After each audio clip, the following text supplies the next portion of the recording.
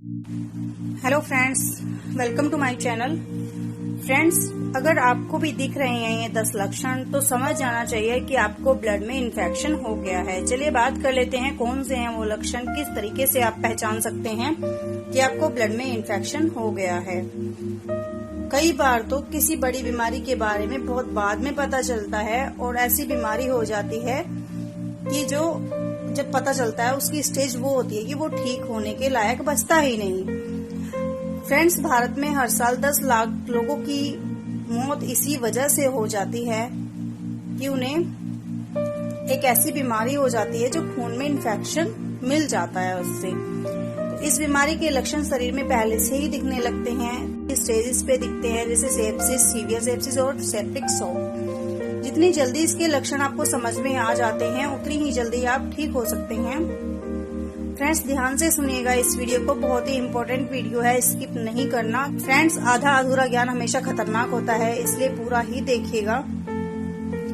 Number 1 friends, skin की कोई भी प्रॉब्लम हो सकती है। अगर सेप्सिस बहुत ज्यादा बढ़ जाता है तो स्किन का रंग बदलने लग जाता है।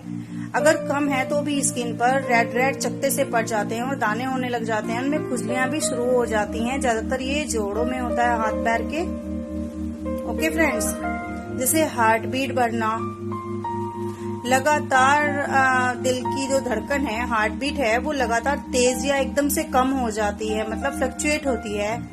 ये इसलिए होता है क्योंकि ब्लड इन्फेक्शन के कारण ऑक्सीजन का प्रवाह दिल और शरीर के बाकी हिस्सों तक अच्छे से नहीं पहुंच पाता। अगर कई दिनों से लगातार ऐसा हो रहा है तो एक बार जरूर जाकर आप डॉक्टर से सलाह लें। नेक्स्ट फ्रेंड्स, यूरिन में इन्फेक्शन। यूरिन में जैसे जलन आदि नहीं होती है ऐसे में, बल्कि यूरिन कम बनता है। ये इसलिए होता है क्योंकि ब्लड इन्फेक्शन के कारण लीवर ठीक से काम नहीं कर पाता।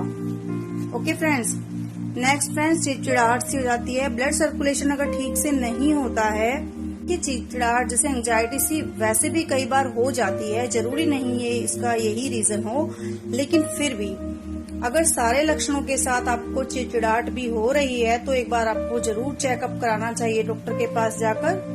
फ्रेंड्स, सेप्सिस जब भी होता है तो खून में इन्फेक्शन फैल जाता है और इसके कारण शरीर में कई तरह के केमिकल रिलीज होने लग जाते हैं। ऐसे में मानसिक तनाव मतलब स्ट्रेस हो जाता है, ठीक तरह से ध्यान नहीं लगा पाना आदि कई सारी समस्याओं का सामना आपको करना पड़ सकता है। फ्रेंड्स, क्योंकि शरीर में न्यूट्रिशन और ऑक्सीजन सही मात्रा में नहीं पहुंच पाते हैं।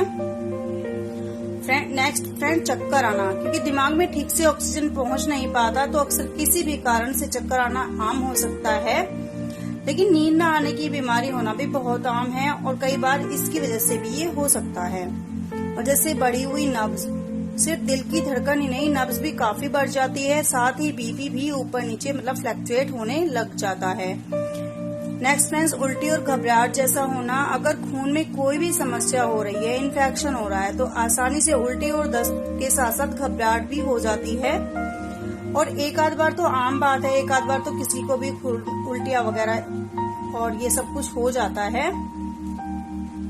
फ्रेंड्स, अगर एक आध बार ये चीजें हो रही हैं तो वो तो आम बात है, जनरल सी बात है। लेकिन अगर लगातार रेगुलर ऐसा ही हो रहा है तो आपको चिंता थोड़ी सी हो सकती है और आपको अपने डॉक्टर को जरूर दिखाना चाहिए। फ्रेंड्स, अगर ब्लड में इन्फेक्शन हो गया है तो तेज बुखार आ जाता है। इसके साथ ही शरीर में कपकपी सी भी होती रहती है और बुखार लगातार बना रहता है, दवाइयों से भी कंट्रोल नहीं आता। तो आप इसे इग्नोर ना करें बिल्कुल भी। अगर फीवर आपका खत्म नहीं हो रहा है दवाइयों से भी तो तुरंत आप डॉक्टर के पास जाएं और अपने आप को दिखाएं और चेकअप कराएं। ओके फ्रेंड्स, जैसे बॉडी में नील पड़ जाना। अगर आपकी बॉडी में कहीं कहीं जगह जगह नील पड़ गए हैं, वो किसी भी हिसाब से अच्छे नहीं माने जाते, क्योंकि लीवर की बीमारी से लेकर ब्लड के इन्फेक्शन तक हर बीमारी का एक ये होता है कि शरीर में नील जगह जगह पड़ जाते हैं। अगर बिना किसी वजह से लगातार शरीर के किसी न किसी हिस्से में आपको नील दिखाई दे रहे हैं तो आपको तुरंत लापरवाही ना करें बिल्कुल भी, अपने डॉक्टर के पास जरूर जाएं। क्योंकि हो सकता है ये ब्लड में इन्फेक्शन के ही रीजन हो और आपको इन्फेक्शन ज्यादा बढ़ गया हो। फ्रेंड्स, चोट लगने पर नील तो पड़ ही जाता है। अगर वैसे अपने आप से ही नील पड़ रहा है तो आपको तुरंत डॉक्टर की सलाह लेनी चाहिए।